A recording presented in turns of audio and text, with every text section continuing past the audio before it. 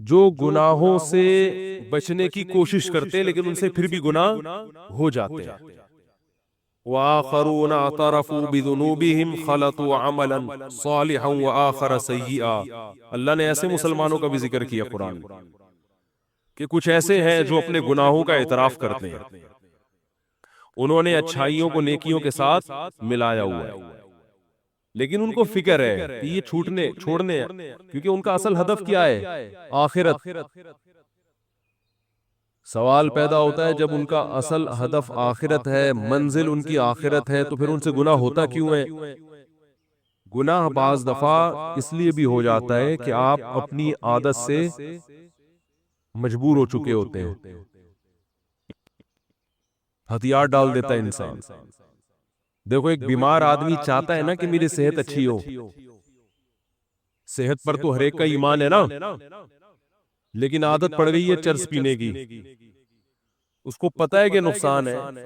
Heroine पीने की आदत पड़ गई, वो देख रहा है कि मेरे साथ मेरे दोस्त जितने बैठते थे हीरोइन पी पी के सारे इस दुनिया से बोलो चले गए, तो अब अगला नंबर उसको पता होता है मेरा है, लेकिन फिर भी पी रहा है। क्यों पीता है? इसलिए कि जब नशा चढ़ता है तो उसके लिए अपने आप को बर्दाश्त करना, रोकना बहुत मुश्किल, इतना कॉन्फिडेंस नहीं होता उसमें, इतनी कुव्वत बर्दाश्त नहीं होती। तो इस तरह के जो गुनाहगार हैं ये सिर्फ चरसी और हीरोइनचियों में नहीं मिलेंगे आपको, ये उन लोगों में भी मिलेंगे जो मादी नशा नहीं करते, क्योंकि नशा सिर्फ चरस और हीरोइन का नहीं होता, बहुत सारी चीजों की आदत पड़ जाती है। ये जो जहेज की लानत है ना, नशा ही तो है। कल्चर कल्चर को नशा हो गया इसका। कल्चर ने मिन हैथुल कल्चर ये सुट्टा लगाना, जहेज का सुट्टा लगाना शुरू कर दिया है। लिहाजा अब कहीं शादी में जहेज ना हो तो पूरे खानदान को ऐसा लग रहा होता है जैसे किसी चरसी को चरस नहीं मिली, हीरोइनची को हीरोइन नहीं मिली, तो पूरे खानदान को ऐसा अजीब सा फील हो रहा होता है कि यार ये क्या हो रहा है, किस किस्म की शादी हो रही है। ये भी नशा है, चढ़ गया दिमाग पे। और भी बहुत से नशा है, आपने जो कसम ना तोड़ने की कसम उठाई हुई है, वो भी एक नशा है ना। नहीं जाऊंगा, बस अब इशारों में बात चलेगी। खवातीन बयान सुनती हैं, वो सारा मजमा भाग गया हमारा, यहाँ आती थी दो चार रह गई हैं, बस दो चार खवातीन रह गई, बाकी सारी भाग गई। तो मिन हैसिल कौम भी कुछ आदतें पुख्ता हो जाती हैं, वो फिर कौम की बॉडी की रिक्वायरमेंट बन जाती हैं। यानी कौम मिन हैसिल कौम ये चार ही होती है, बस ये तो होना चाहिए। बास कबाइली इलाकों में ये दुस्तूर है कि जरा सा बेगम पे शक हुआ, ठा गोली से उसको उड़ा दिया।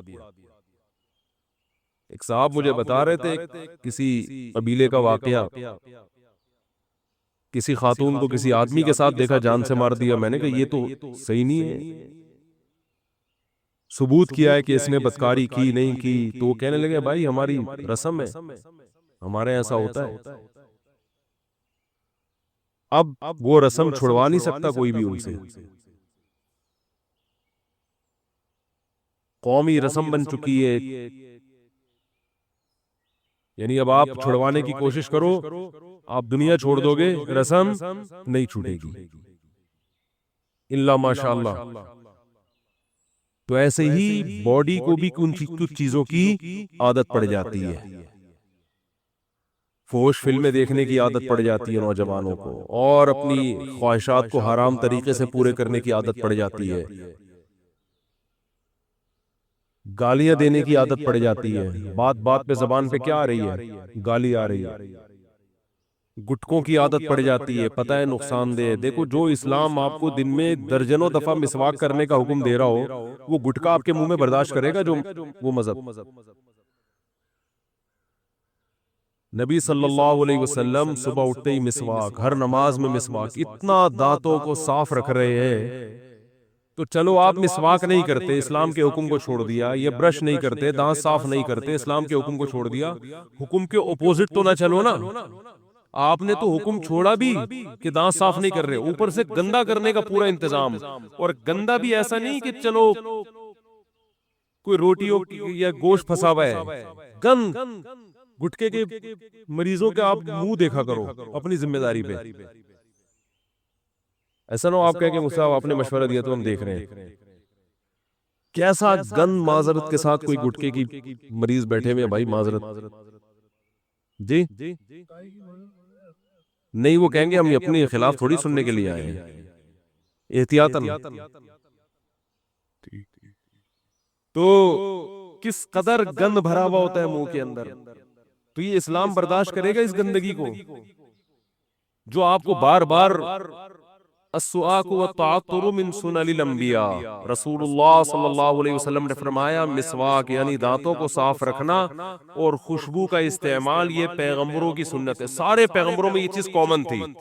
आदम अलैहिस्सलाम से लेके मोहम्मद सल्लल्लाहु अलैहि वसल्लम तक जितने पैगंबर आए हैं सबके दांत चमकते थे, हर वक्त साफ रहते थे, और सबकी जिस्म से खुशबू आती थी। गुटके वाला इस पैगंबरों की इन सुन्नतों के बिल्कुल अपोजिट चलता है कि नहीं चलता? बिल्कुल उल्टा चल रहा है वो।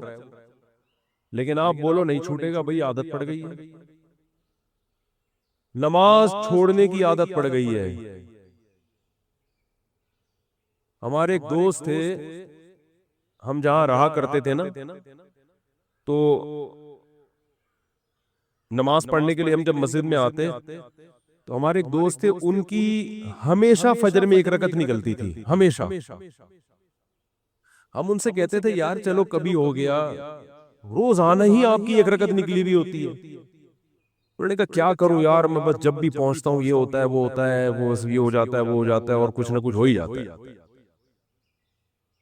हमने कहा चलो नमाज जब 5 मिनट आगे होगी तो आपको मजीद 5 मिनट का टाइम मिल जाएगा, मजीद 5 मिनट का टाइम मिल जाएगा। तो चलो अभी गर्मियों में नमाज जरा जल्दी हो रही है तो रात को देर से सोते होगे, सुबह उठते उठते कोई मसला होता होगा, तावील करता है ना इंसान। दूसरे के बारे में तो अच्छी तावील करनी चाहिए ना, अपने बारे में इंसान बदगुमान हो, दूसरे के बारे में अच्छा गुमान रखता। तो हम अच्छा गुमान रखते थे, मुझसे कहते थे कोई बात नहीं। अब नमाज जब 5, 10, 15 मिनट आगे होगी तो अब आपको टाइम ज्यादा मिल जाएगा। 5 मिनट भी आगे हो गई तो एक रकत तो मिल जाएगी ना मजीद। लेकिन हम देखते थे नमाज 5 मिनट आगे, वो भी 5 मिनट आगे उसी हिसाब से। नमाज 20 मिनट आगे तो वो भी 20 मिनट आगे। और मेरा ख्याल है 15 साल मैंने उनको इसी हालत में देखा है, हमेशा एक रकत उनकी निकल रही है।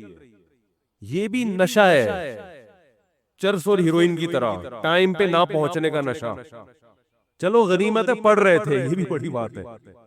लेकिन मैं उनसे कहता था जब जो नहीं पढ़ रहा उस पर तो एतराज नहीं होता, इसलिए कि वो तो सुस्त है एक नंबर का ना, काहिल है, उसने तो पढ़नी नहीं है।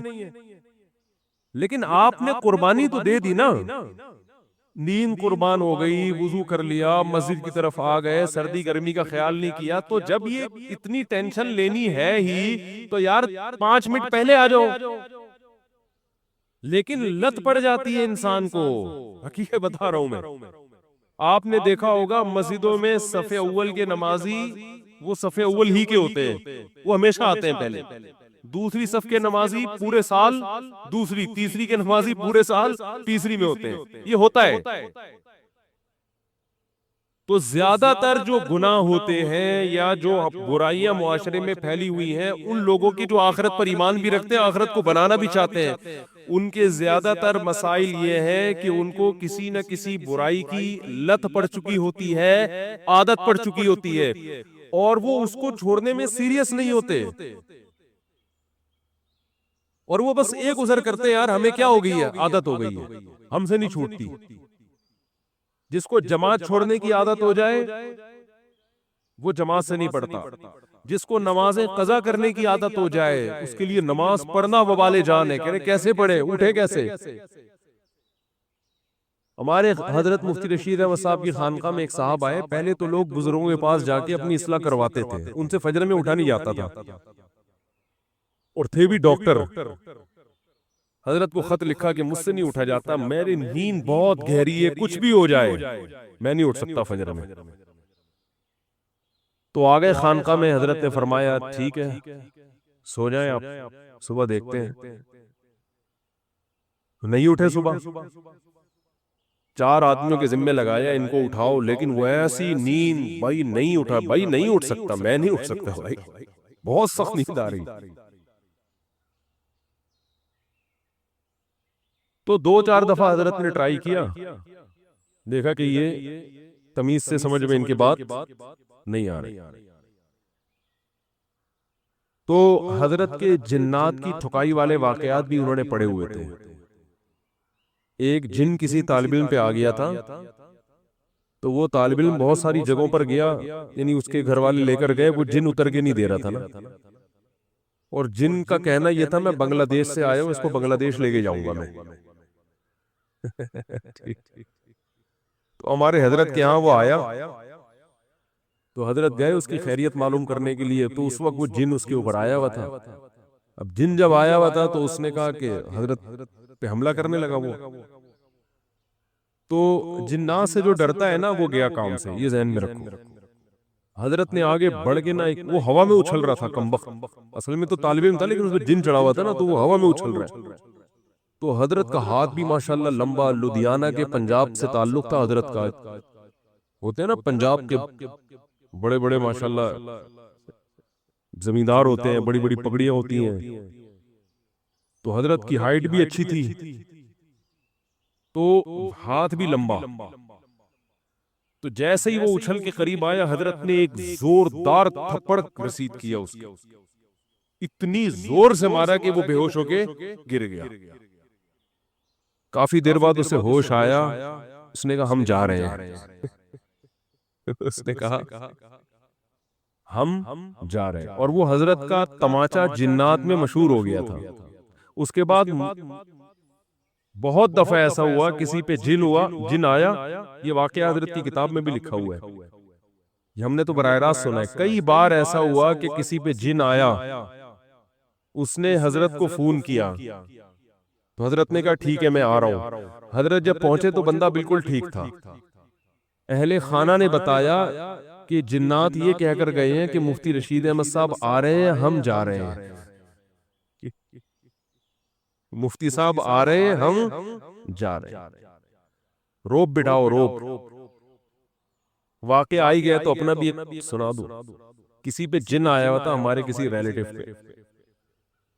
मैं तो ये आमिलों को मानता नहीं हूं, और ना इनके पास किसी को लेके जाने का मशवरा देता हूं। तो जिन पे आया हुआ था उनके तावीज गंडे तो निकलवा के हमने सारे फिकवा दिए, हमने कहा कुछ भी नहीं है वो, लेकिन वो सच्ची मुच्ची का जिन था। ठीक। तो मुझे धमकी दे रहा था कि मैं तुझे छोड़ूंगा नहीं। अच्छा, ये बात भी है तकरीबन 2009 या 10 की। उस वक्त मैं बहुत ही बारीक था। जिन लोगों ने मेरा 10 साल पुराना माजी देखा है ना, उनको पता है मैं तो 2013 के बाद थोड़ा सा जिस्म पे गोश्त आया है, वरना तो कहीं गिरते थे तो डायरेक्ट हड्डी शुरू हो जाती थी, डायरेक्ट हड्डी पे चोट आती थी। बहुत पतला नहीं, बारीक। तो इतना बारीक था मैं, और जिस पे जिन आया वो माशाल्लाह अच्छे खासे सेहतमंद थे। तो अब ऐसा ना हो मुझे जिन्नात उतारने के लिए कॉल करना शुरू कर दे, हमारे यहाँ भी आया हुआ है, आप आ जाएं। तो मैं ये काम नहीं करता। ये जो मैं आपको बता इसलिए रहा हूं कि आप ये खुद ही कर लो, ठीक है। वो शायर है सलमान गिलानी, बड़ा अच्छा शेर है, शेर तो याद नहीं आ रहा, उसका मफहूम याद है कि एक आदमी ने फोन किया कि तेरी बीवी पे जिन चढ़ गया। किसी को कहा ना फोन करके कि तेरी बीवी पे जिन चढ़ गया, घर आ। वो कह रहा पंगा जिन ने खुद ही लिया है, खुद ही भुगतेगा, हमने थोड़ी कहा। तो मैं गया वहां पे, तो मुझे वो धमकियां दे रहा था, आवाज बदली हुई थी और धमकियां दे रहा था, मैं ये कर दूंगा, मैं ये कर दूंगा। अब मैं बहुत ही बारीक था, मैंने ये अपनी आस्तीनें ऐसा करके चढ़ाई। हालांकि वैसे अगर आस्तीनें उस दिनों में चढ़ाता ना तो किसी को खौफ नहीं आता। वो कहता यार अभी तक तो मामला छुपा हुआ था, हम समझे शायद कोई मसल वसल बने भी होंगे। तो मैंने ऐसे आस्तीनें चढ़ाई, मैंने कहा तेरी ऐसी की तैसी। 2-4 दफा ऐसे धमकियां दी हैं बस। फिर आयतल कुर्सी पढ़ के जब फूंक लगाता तो ऐसे लग रहा था जैसे वो कोई बहुत जोर जोर से मार रहा है, जिनको ऐसे लगता था। तो भाग गया अल्हम्दुलिल्लाह। तो इनमें ये कोई मेरा कमाल नहीं है, ये कॉन्फिडेंस का कमाल है। तो जिनको ज्यादा लिफ्ट बोलो नहीं कराया करें। और इनमें अक्सर केसेस फेक भी होते हैं। हमारे यहाँ नाजमाबाद में एक नौजवान पे जिन चढ़ गया था, उसने उधम मचाई हुई थी। उसके रिश्तेदार उसको लेकर आ गए हमारे उस्ताज के पास, इस पे जिन चढ़ गया, कुछ करो। उन्होंने उसको तन्हाई में लेकर गए। अच्छा, वो जिन अरबी बोल रहे हैं। अब ये हैरान हो रहे हैं कि ये तो रक्षा चलाने वाला आदमी है, लड़का है, अरबी कहां से आ गई? तो सऊदी अरब से जिन आया है। ये जिन आया कहां से? अरबी जिन है। तो इन्होंने दरवाजा बंद करके उसकी लगाई है तबीयत से कुट। बोला मुझे पता है तेरे पे जिन विन नहीं है, तो सच सच बता दे मामला क्या है। जब तबीयत से कुट लग, थोड़ी बहुत कुट से नहीं होता, ये बड़े ड्रामेबाज होते हैं। तबीयत से लगी है ना कुट, तो उसने बोला अच्छा मारो नहीं, आपको बता रहा हूं, मुझे किसी से इश्क हो गया है। मैं अपने ऊपर जिन का बहाना करके मैं कहता हूँ उसके घर लेके जाओ। जब उसके घर जाता हूँ तो मैं ठीक हो जाता हूँ। तो मुझे बार बार बहाने से महबूबा के घर लेके जा रहे हैं। तो उन्होंने कहा कम्बख्त तू अरबी कैसे बोल रहे? कह रहे फजाइल अमाल की जो अरबी इबारतें हैं वो रट के याद की है मैंने। ठीक, फजाइल अमाल से जो अरबी इबारतें हैं ना, वो रट्टा लगा लगा के याद की है, और कुछ अरबी वर्बी नहीं आती। हाँ, तो मुफ्ती रशीद अहमद साहब रहमतुल्लाह अलैह का वो तमाचा मशहूर था। तो हजरत ने इन कुछ लोगों को इनके जिम्मे लगाया कि उठे। जब नहीं उठे ना वो, तो हजरत ने उनको बताया कि इनसे कहो कि मैं आ रहा हूं, और फिर मैं वही तमाचा लगाऊंगा जो उधर लगाया था। तो हजरत फरमाते हैं जैसे ही मैं गया ना, एकदम तमीज से उठ के बैठे। अब वो कहाँ गई वो कि मुझसे उठा ही नहीं जाता, मैं हो ही नहीं सकता, मैं कैसे उठूंगा, मैं ये कैसे होऊंगा। तो या तो अपने ऊपर कोई तमाचा लगाने के लिए बंदा रखो, वो उठाएगा आपको। और अगर कोई तमाचा लगाने वाला नहीं है मेरे भाई, तो फिर अपने खुद ही तमाचे लगाया करो, सजा दिया करो अपने आप को। जिस दिन फजर की जमात निकल गई, नाश्ता गोल, नाश्ता नहीं करेंगे। हजरत हकीम अख्तर साहब रहिमहुल्लाह ताला फरमाया करते थे कि जिस खुदा ने तुम्हें सुबह अपने सामने हाजिरी का हुक्म दिया, सारा दिन खिलाता है पिलाता है, सुबह कह रहे मेरे सामने आ जाओ, तो तुम्हारे मुंह से निवाला उतरता कैसे है जिस दिन फजर छोड़ देते हो? उसके पेड़े तो खा रहे हो जो वो दे रहे तुम्हें। सुबह का नाश्ता वो करे जो फजर की नमाज पढ़े। अल्लाह हमने तेरी इबादत की है, अब हम इसके लायक हैं कि तेरे रिज़्क़ से हम फायदा उठाएं। अपनी जिम्मेदारी पूरी नहीं कर रहे, नाश्ते के टाइम पे बैठा हुआ होगा और कैसे बैठ के ऑर्डर कर रहे होते हैं, देर हो रही है मुझे जल्दी लेकर आओ। तो ये अल्लाह के लिए भी तो ऑर्डर होना चाहिए, अल्लाह के लिए भी तो ये हुक्म होना चाहिए कि मुझे देर हो रही है, मुझे नमाज पढ़नी है, मुझे जाना है।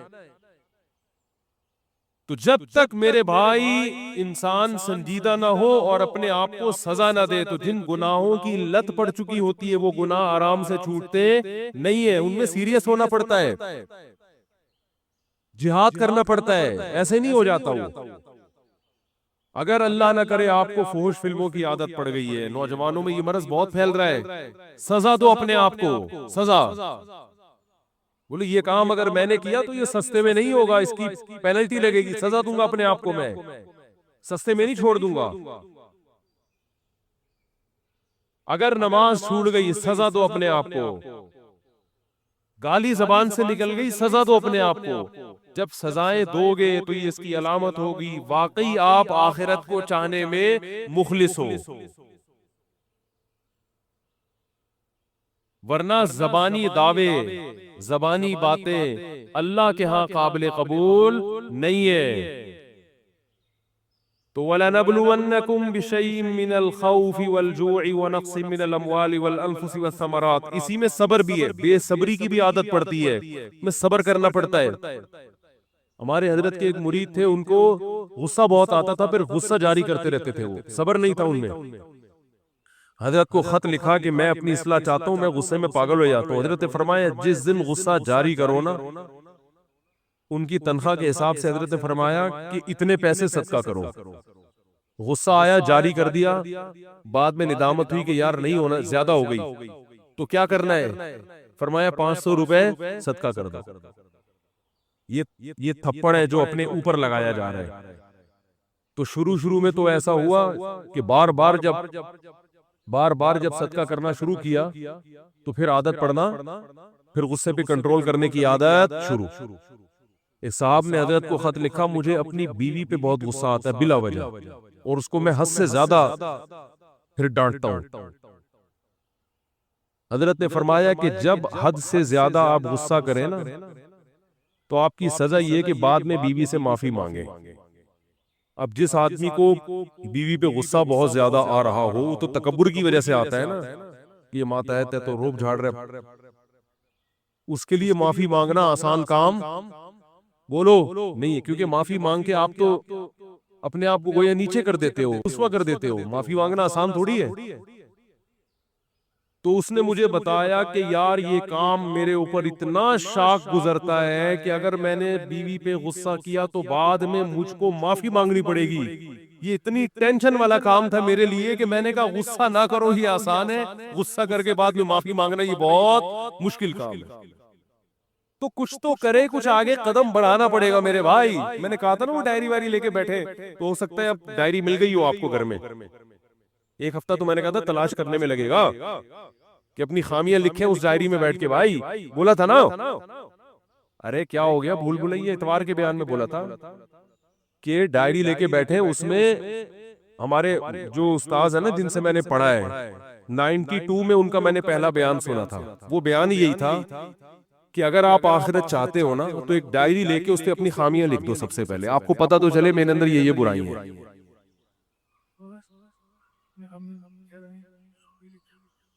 हाँ, ओए तजवीज आई है कि अपनी खामियां खुद ना लिखें, बेगम से कहें कि मेरी खामियां तुम लिखो और तुम्हारी खामियां मैं लिखूंगा। असल में वो तो ठीक है, दूसरा आपकी खामियां ज्यादा अच्छा बता सकता है, लेकिन उसमें प्रॉब्लम ये होगी कि जंग छिड़ जाएगी। हकीकत है, वो जब कहेगी ये खामी हो गया है ही नहीं है, तो तुम्हारा, फिर ये कहेगा तुम्हारे अंदर ही खामी। तो सबसे बड़ी खामी यही है कि अपनी खामी मानना ही नहीं है। तो पहले इसकी तो इस्लाह हो ना, फिर उसके बाद अगला स्टेप है। तो डायरी में बैठ के अपनी खामियां लिखें। मैं गुस्से को बिला वजह जारी करता हूँ, बात बात पे खामखा में मेरा मीटर शार्ट होता रहता है, ये गुटखा खाता हूँ, ये सिगरेट पीता हूँ, नमाज में पाबंदी नहीं हो रही, तकबीर औला की पाबंदी नहीं हो रही, ये मसला है, ये मसला है, बच्चों की तरबियत की कोई फिक्र नहीं है, घर में टाइम नहीं दे रहा, सारा दिन कटर के ढक्कन पे बाहर बैठा रहता हूँ गली में। ठीक है ना, एक एक चीज बैठ के लिखें, लिख लिख के ना दिमाग इंसान का इस काबिल नहीं होता कि सारा चीज खोपड़ी में रखे, वो अपने उसको पेपर पे लेकर आए। ठीक है ना, फिर पेपर संभाल के रखें, ऐसा ना हो कि वो पर्चा ही घूम जाए तो आपकी सारी खामियां मार्केट से शार्ट हो गई। तो किसी डायरी में लिखें, फिर उसको फिर बैठे कि यार ये छोड़नी कैसे, इसके लिए क्या तरतीब है। चलो आदत पड़ गई है, मुश्किल हो रहा है, लेकिन हर चीज का कोई हल तो होता है ना। मा अंज़लल्लाहु मिन दाइन इल्ला अंज़ल लहु शिफान, बुखारी की हदीस है। नबी ने फरमाया कोई बीमारी अल्लाह ने ऐसी पैदा नहीं की जिसका इलाज ना किया हो। इसमें जिस्मानी बीमारियां भी हैं, रूहानी बीमारियां भी हैं। हर बुरी खसलत का इलाज अल्लाह ने इस दुनिया में रखा है। हर बुराई छूट सकती है। ओ भाई, सहाबा कराम शराब के सदियों से आदी थे, छूट गई ना उनसे, सदियों से आदी थे, ऐलान हुआ नहीं पीनी, खत्म, वो बहा दिया उन्होंने, नालियों में शराबें बहा दी हैं।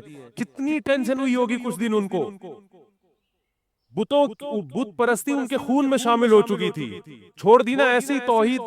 नबी सल्लल्लाहु अलैहि वसल्लम ने फरमाया कि शैतान इस बात से मायूस हो गया है कि जजीरे अरब में उसकी इबादत हो, कयामत तक बुत परस्ती जजीरे अरब में नहीं होगी। आज भी अरबों की तौहीद देखो, अरबों में कोई बड़े से बड़ा इंतकाल हो, इतनी सी कब्र होगी छोटी सी, और पता नहीं कहाँ होगी, पता ही नहीं होगा। हमारे यहाँ कोई छोटे सा आदमी भी दुनिया से जाता है, शोर इतना ज्यादा होता है, और उसकी कब्रें इतनी ऊंची ऊंची पहाड़ जैसी कब्रें, और फिर कब्रें भी कब्रिस्तान में नहीं होंगी। ये भी एक बहुत बड़ी बिदअत है भाई। जहाँ सब मुसलमान दफन होते हैं, वहां बुजुर्ग को क्यों दफन नहीं कर रहे? हर बुजुर्ग के लिए एक अलग चार दीवारी होगी और अलग प्रोटोकॉल देके दफन किया जाएगा। ये कहां से बिदअत आई है? ये अजमियों की बिदअतें हैं, अरबों में ये चीजें नहीं है। शाह फहद की खबर पता है किसको कहाँ है? बोलो ना भाई, सऊदी अरब का बादशाह।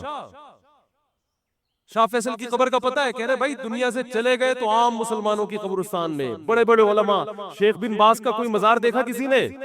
सऊदी अरब के मुफ्ती आजम बहुत बड़े मुफ्ती आलिम थे, किसी को पता उनका मजार कहाँ है? कोई फूल देखा उनके मजार पे, उनकी कब्र पे? ये तौहीद है जो आज भी आपको कहाँ मिलेगी? बोलो, अरबों में। और हमारे यहाँ जिसका इंतकाल हो रहा है, इतनी इतनी ऊंची ऊंची कब्रें, फिर उनके फूल डाल के और इतना ऊंचा कर दिया, फिर उन कब्रों पे जो जो कुछ हो रहा है बिदअतें, और फिर अलग प्रोटोकॉल देके अलग कब्र क्यों बना रहे हो भाई? हमारे हजरत फरमाया करते थे जो बुजुर्ग होगा ना, वाकई में बुजुर्ग, वो ये चाहेगा मुझे आम मुसलमानों के कब्रिस्तान में दफन किया जाए, क्योंकि अल्लाह की रहमत जो आम मुस्लिमीन पर होती है वही मुझ पर हो। वो अपने आप को कभी भी आम मुसलमानों से मुमताज और जुदा नहीं करना चाहते, तो उनकी तो ये ख्वाहिश होती है, बाद वाले फिर अपने चक्कर में उनको अलग दफन करते हैं, अपने चक्कर में। जितने बुजुर्गान दीन की कब्रें अलग अलग जगह पर, इनकी अपनी कोई वसीयत नहीं थी, बाद के मुरीदीन गड़बड़ करते हैं उनके साथ। तो हमारे यहाँ अकीदों के मामले में हिसाब बहुत खराब है, बहुत खराब। तो हमारे नबी ने कैसी मेहनत की, वो कौम जो कब्र परस्त और बुत परस्त थी, कैसी तौहीद के 1400 साल गुजर गए। आप अरबों में जाके या देखो, आपको कब्रों में कोई कब्र एक बालिश से ज्यादा ऊंची नजर नहीं आएगी। हालांकि वहां जितने बड़े बड़े लोग दफन है, हम जैसे उनका तसव्वुर भी नहीं कर सकते, इतने बड़े बड़े लोग दफन है वहां पे। जन्नतुल बकी में कितने बड़े बड़े लोग दफन है, जन्नतुल मुअल्ला में कितने बड़े बड़े लोग दफन है। तो इससे पता चलता है भाई, अगर चाहो तो सब कुछ हो सकता है, नहीं चाहो तो कुछ भी नहीं हो सकता। अल्लाह ताला हम सबको समझने की, अमल की तौफीक अता फरमाए।